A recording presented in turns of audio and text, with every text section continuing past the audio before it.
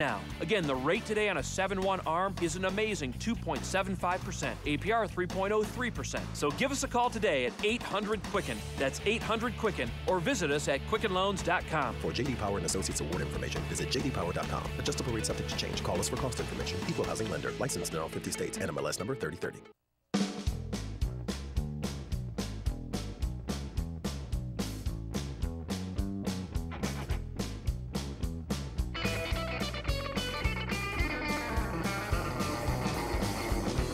It's the PM Show Weekend Edition, ladies and gentlemen. Once again, the star of our show, Fred Dreyer. So, Mr. President, take your campaign of division and anger and hate back to Chicago and let us get about rebuilding and reuniting America. That is Massachusetts governor and conservative candidate for the presidency of the United States, Mitt Romney, in his direct assault on what I believe now is going to be the beginning of the end for Barry, Buffalo Mom, and the whole putative crowd of buffet, lobster-guzzling toads that hate this country, that are left of center. And what we have now is I believe, a charged Mitt Romney, ladies and gentlemen. I think we have a charged Mitt Romney because I believe he's had a nice little chat with the advisors of the Republican Party. You know, the group of people that I have been chastising for the last year about being so cowardly that they refuse to allow the candidate that they select to run for office, regardless of what office it is, but in this case, President of the United States, to come out and start talking to the American people, first of all, not just the base. We want to talk to everybody the correct way. And I think that people who are reasonable, and there's a lot of people out there who are Democrats, who are independents, who are liberal Republicans, who understand what's at stake here, will understand and respond to the truth when they hear it. But they have to hear it and they have to believe it. They have to know that their candidate believes it. I believe Mitt Romney believes it now.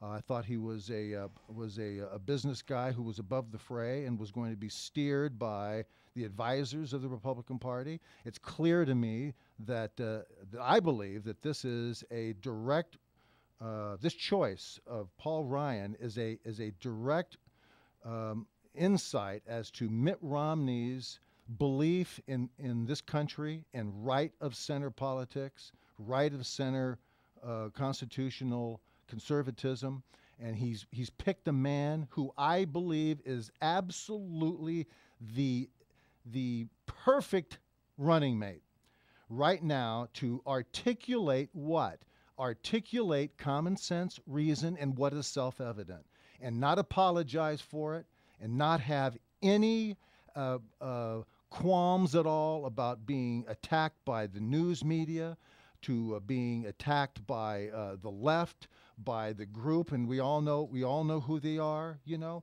it's the David Axelrods, the Valerie Jarrett's, the Harry Reids, Bella Pelosi's, Chuck Schumer's, the Joe Bidens. There's a great clip from Joe Biden coming up. You've probably all heard it. The Keith Olbermanns of life, Ed Schultz's, Chris Matthews, you know, Ricky Maddow. You know who Ricky is, the third baseman for the left's baseball team. She plays hot corner. Howard Feynman, all of the reprobates on the left, all of the liars, all the promoters of propaganda, all those who willingly and knowingly, I hear this all the time, well, the left, they actually believe what the... No, they don't. I honestly believe they know what they're doing. This is purposeful.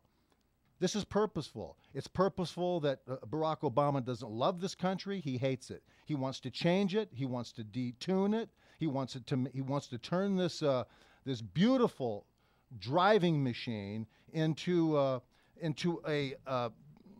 go-kart. You know, and this isn't an accident. And if he wants to do that, if the President of the United States wants to do that, then everybody underneath him, Everybody has their marching orders. Everybody understands what it is that they have to do to facilitate what? The demise of this country. And that is extreme left politics. And when you go extreme left, that means you're going what? You're going directly opposed to the Constitution of the United States.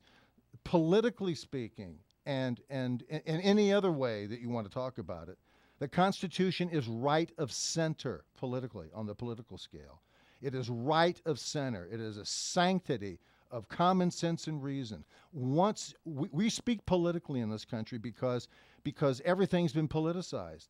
Everything in this country has been politicized ad nauseum for the last 45, 50 years. I was on the campus at San Diego State in 1966. I was 20 years of age. My age group, my generation, is responsible for where we are today. They're the ones that threw the big tantrum.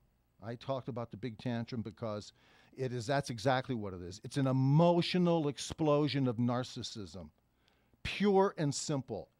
Give me some drugs and some dope, and I'm going to tell my parents to go pump sand. I'm going to tell the church to pump sand, the school to pump sand. People like Kingman Brewster, the guy who used to be the president at Yale, this coward, this tower of Jello, this spineless amoeba who saw four punks coming across the lawn with a grape stick in their hand and with granny glasses and headbands, smoking dope, and he jumped out the back window. I'm not making it up. He literally jumped out the back window of the administration building at Yale and ran into the weeds, never to be seen again. He abdicated the administration building, turned it over to hippie punks. All of these reprobates of the generation of sex, drugs, rock and roll. If you can't love the one you want, love the one you're with. You know, all the people who got their politics and their marching orders from the back of a cheap acid album. You know, I did like Frank Zappa and the Mother's Invention, I must say to you. Did you really? Susie Cream Cheese. You know how good that was? I wasn't into Zappa that much. Oh, I loved him. Yeah. Well, anyway, he's dead, and I must tell you that the movement that we saw come up out of the ground was perverted. It was a bad dope plant. You know, it was a weed that came up out of the ground, and we were told. Does this sound familiar? We were told that this was the tree of life. This was the new direction for the culture to go in. And just as long as we were all together, and remember, you got to be high. As long as we were high, and as long as we could love the one we want instead of the one we're with, and vice versa, that everything was going to be wonderful. And guess what? This wonderful plant, this wonderful representation of freedom and liberty for the baby boomer generation back in 1966 when I was 20 years of age on the campus at San Diego State turned out to be what? Turned out to be a friggin' cookbook, like we talked about last week. You're now boiling in oil. That's what happened to the doped out culture that has sent us into this spiral. We can't talk about the truth. We can't talk about what's factual and reasonable and what's truthful, to the point where the country now is sinking. It is sinking. And now, finally, we have a candidate who's told the GOP to go stuff it. I'm going to pick the guy I want. I'm picking Paul Ryan. And I'll tell you something else. That's the right choice. Fred Dreyer program continues on CRN.